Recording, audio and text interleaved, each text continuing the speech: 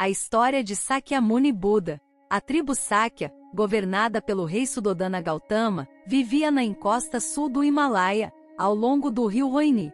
Este rei estabelecera sua capital em Kapilavastu, onde construíram um grande castelo do qual governava sabiamente, conquistando assim a simpatia dos seus súditos. A rainha chamava-se Maya, cujo pai era tio do rei que também era soberano de um distrito vizinho, do mesmo clã, Sakya. Durante 20 anos o casal real não teve filhos.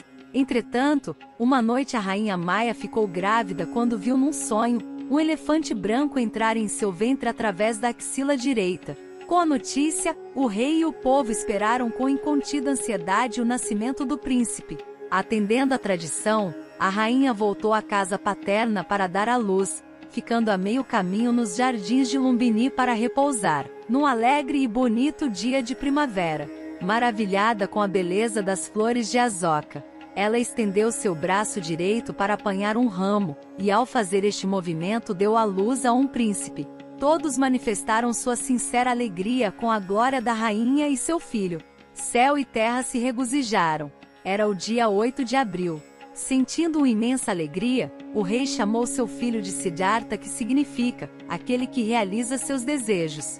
Contudo, no palácio real, a alegria transformou-se em uma profunda tristeza, pois em seguida morria repentinamente a amável rainha Maya, sendo o príncipe criado com carinho e dedicação por Mahaprajapati, irmã mais nova da rainha.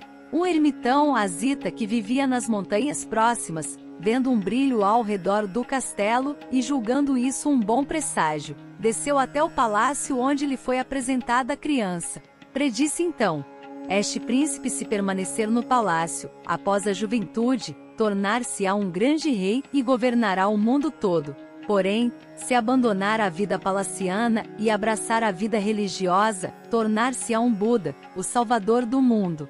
A princípio, o rei estava contente com esta profecia, mas aos poucos começou a se preocupar com a possibilidade de seu único filho vir a deixar o palácio e tornar-se um monge errante. Aos 7 anos de idade, o príncipe começou os estudos em letras e artes militares, mas seus pensamentos dirigiam-se naturalmente para outras coisas. Num dia de primavera, o príncipe e o rei saíram do castelo e juntos observavam um agricultor ao arado.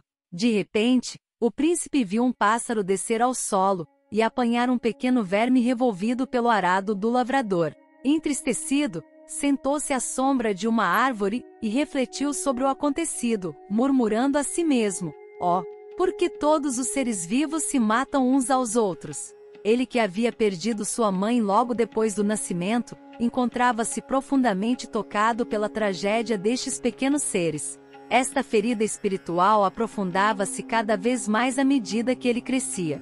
Como uma pequena escoriação em uma árvore jovem, o sofrimento da vida humana tornava-se profundamente mais patente em sua mente. O rei se preocupava muito, toda vez que se lembrava da profecia do eremita, e tentava por todos os meios divertir o príncipe e dirigir seus pensamentos para outras direções. Quando o príncipe completou 19 anos, o rei arranjou-lhe casamento com a princesa Yashodhara, filha de Suprabuda, o senhor do castelo Devadaha, irmão da falecida rainha Maya.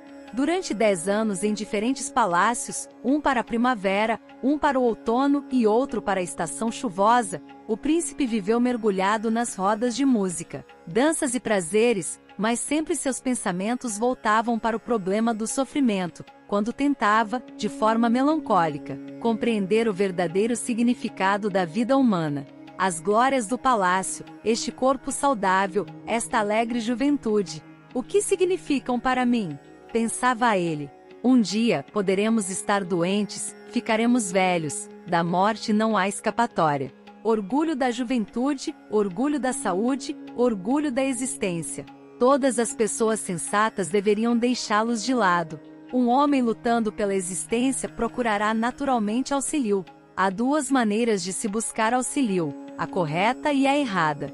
Procurá-lo de forma errada significa que enquanto se reconhece que a doença, a velhice e a morte são inevitáveis, busca-se ajuda entre os mesmos tipos de coisas vazias e transitórias. Procurar ajuda de maneira correta, reconhecendo a verdadeira natureza da doença, velhice e da morte, é buscá-la naquilo que transcende todos os sofrimentos humanos. Neste palácio, vivendo uma vida de prazeres, pareço estar procurando auxílio de maneira errada. Assim, o conflito mental continuou a atormentar o espírito do príncipe, até a idade de 29 anos, quando nasceu seu único filho, Raula. Este acontecimento levou o príncipe a abandonar o palácio e buscar solução para sua inquietude mental na vida errante de um monge mendicante.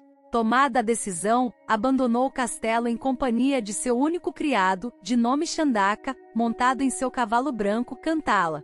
Suas preocupações mentais não se findaram e muitos demônios o tentaram, dizendo: ser-lhe-ia melhor voltar ao palácio e procurar outra solução, assim todo o mundo será seu.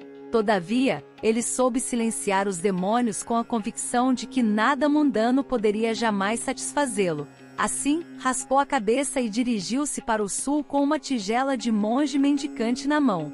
Primeiramente, o príncipe visitou o eremita Fagava e observou suas práticas ascéticas. Depois esteve com Arada Kalama e o Draka Ramaputra, para aprender seus métodos de meditação, mas depois de praticá-los, convenceu-se de que eles não poderiam conduzi-lo à iluminação. Finalmente foi ao país de Magadha, e praticou ascetismo na floresta de Uruvela, nos bancos do rio Nairanjana, que corre perto do Palácio Gaia. Seus métodos de ascetismo foram incrivelmente intensos. Estimulava-se a si mesmo com o pensamento de que nenhum asceta do passado, do presente ou do futuro jamais praticou ou praticará exercícios tão severos quanto eu. Não conseguindo, porém, atingir seus objetivos, mesmo com estas severas práticas de ascetismo, o príncipe as abandonou após ter passado 6 anos na floresta. Banhou-se no rio Nairanjana, e aceitou uma tigela de leite que lhe fora oferecida por uma mulher, Sujata, que vivia numa aldeia próxima. Os 5 companheiros que durante 6 anos acompanharam o príncipe em suas práticas ascéticas, viram-no consternados aceitar leite das mãos de uma mulher. Por este motivo e julgando que ele havia se degenerado, abandonaram-no à própria sorte. Assim, o príncipe ficou sozinho. Encontrava-se ainda combalido, mas com o risco da própria vida, iniciou um novo período de meditação com a seguinte determinação: mesmo que o sangue se esgote, mesmo que a carne se decomponha, mesmo que os ossos caiam em pedaços, não arredarei os pés daqui até que encontre o caminho da iluminação. Foi sem dúvida uma luta intensa e incomparável. Sua mente, desesperada, abrigava pensamentos confusos, a escuridão persistia em toldá-la, e ele suportou o assédio dos demônios. Mas, cuidadosa e pacientemente, conseguiu sobrepujá-los. Tão árdua foi a luta que seu sangue se diluiu, sua carne caiu em pedaços e seus ossos se partiram. Quando a estrela d'alva despontou no oriente, a luta havia terminado, e a mente do príncipe desanuviou-se, e ficou tão clara quanto a aurora. Ele havia finalmente encontrado o caminho da iluminação, tornando-se, em 8 de dezembro, aos 35 anos de idade, um Buda. A partir deste momento, o príncipe passou a ser conhecido por diferentes nomes. Uns o chamavam de Buda, o perfeitamente iluminado, outros, de Sakyamuni, o sábio do clã, Sakya, outros ainda chamavam-no de sábio do mundo. Primeiramente ele foi a Mrigadava em Varanasi, onde viviam os 5 monges mendicantes, que durante 6 anos o acompanharam em sua vida ascética. A princípio eles o evitaram, mas após terem conversado, passaram a acreditar nele e se tornaram seus primeiros seguidores. A seguir foi ao Palácio Rajagriha, onde ganhou a simpatia do rei Bimbisara e se tornaram amigos para sempre. Daí, percorreu o país pregando seus ensinamentos. Assim como os sedentos buscam a água para mitigar a sede, e os famintos buscam o alimento, os homens a ele acorriam. Deste modo, 2 grandes mestres, Sariputra e Madhyalayana, com seus 2000 discípulos, vieram se reunir a ele.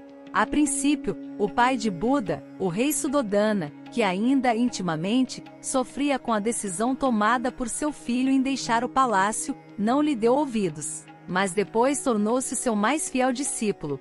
A mãe de criação de Buda, Mahaprajapati, sua esposa, a princesa Yashodhara, e assim todos os membros do clã Sakya nele acreditaram e o seguiram. e muitos outros tornaram-se seus devotados e fiéis seguidores. Durante 45 anos, Buda percorreu o país, pregando seus ensinamentos.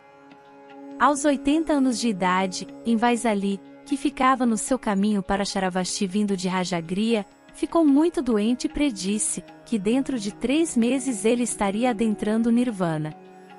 Mesmo assim, continuou sua viagem até Pava, onde, aceitando comida oferecida por um ferreiro de nome Kunda, teve sua doença agravada criticamente. Não obstante os grandes sofrimentos e fraqueza, ele prosseguiu a viagem até chegar à floresta de Kusinagara. Ali, postado entre 2 grandes árvores chala, Vatika robusta, continuou a ministrar dedicadamente seus ensinamentos aos discípulos, até o seu último momento. Assim, com a consciência tranquila pelo dever cumprido, o maior de todos os mestres e o mais amável dos homens adentrava o almejado Nirvana. Seu corpo foi cremado, em Kusinagara, por seus amigos, sob a orientação de Ananda, o discípulo favorito de Buda. 7 governantes vizinhos e o rei Ajatasatru, de Magadha, pediram que as cinzas fossem divididas entre eles. Como o rei de Kusinagara a princípio não concordasse com isso, a disputa quase termina em guerra, mas com a intervenção de um homem sábio de nome Drona, a crise foi superada e as cinzas foram repartidas entre 8 grandes países. As cinzas da pira funerária e os vasos contendo os restos mortais de Buda foram dados a 2 outros governantes, para serem orados e conservados como relíquia em monumentos especialmente construídos para esse fim, chamados de stupa. Deixe seu like. Inscreva-se. Obrigada por assistir.